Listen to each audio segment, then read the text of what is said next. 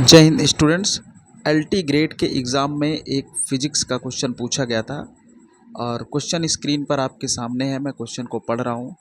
The magnitude of sum and difference of two vectors is the same. The angle between them is, पहला option है 0 degree, option B है 30 degree, option C है 45 degree and option D है 90 degree. तो चलिए इसको सबसे पहले हम लोग सॉल्व करते हैं और फिर उसके बाद हम लोग इसके सॉल्यूशंस को देखेंगे। देखिए क्वेश्चन में बोल रहा है the magnitude of sum and difference of two vectors. तो सपोज करते हैं लेट हमारे पास दो वेक्टर हैं, तो let we have two vectors, let we have two vectors.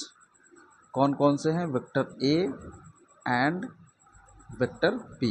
ठीक है, और इसमें बोला जा रहा है, क्या बोला जा रहा है? The magnitude of sum and difference. तो सबसे पहले दो वेक्टर का सम कैसे लिखेंगे? वेक्टर ए, यहाँ देखिए vector A plus vector B, ये दो वेक्टर का सम हो गया। और इसका डिफरेंस कैसे लिखेंगे? और डिफरेंस जो लिखा जाएगा वो vector A minus vector B लिखा जाएगा। ये दो वेक्टरों का सम है और ये दोनों वेक्टरों का डिफरेंस है। ठीक है, और अब क्वेश्चन कह रहा है वेक्टर का सम और डिफरेंस जो है इनके मैग्नीट्यूड हमेशा क्या होंगे? इक्वल होंगे। तो इनका मैग्नीट्यूड इक्वल करिए, तो magnitude of vector A plus vector B is equal to है magnitude of vector A minus vector B. ठीक है, अब दोनों तरफ हम लोग क्या करेंगे? स्क्वायर करेंगे। Now squaring both the sides, तो अब ये क्या हो जाएगा? Vector A plus vector B का square equal to vector A minus vector B का स्क्वायर। और अगर दो वेक्टर्स होते हैं और उनके मैग्नीट्यूड का स्क्वायर किया जाता है तो इसका मतलब उन वेक्टर्स का भी हम लोग क्या कर सकते हैं? स्क्वायर कर सकते हैं। तो vector A minus vector B का स्क्वायर। तो अब चलिए ए प्लस बी का होल स्क्वायर का फार्मूला क्या होता है?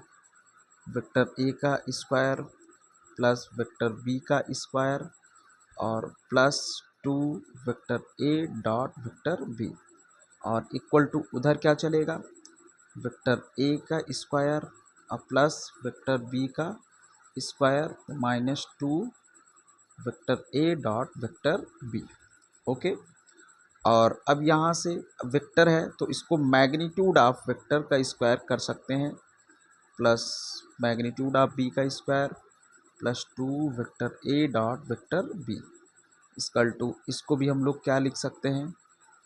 वेक्टर ए मैग्नीट्यूड का स्क्वायर और प्लस वेक्टर बी के मैग्नीट्यूड का square minus 2 vector A dot vector B. अब जो भी क्वांटिटीज़ राइट साइड में है इन सभी क्वांटिटीज़ को हम लोग इधर बुलाएंगे। तो क्या हो जाएगा?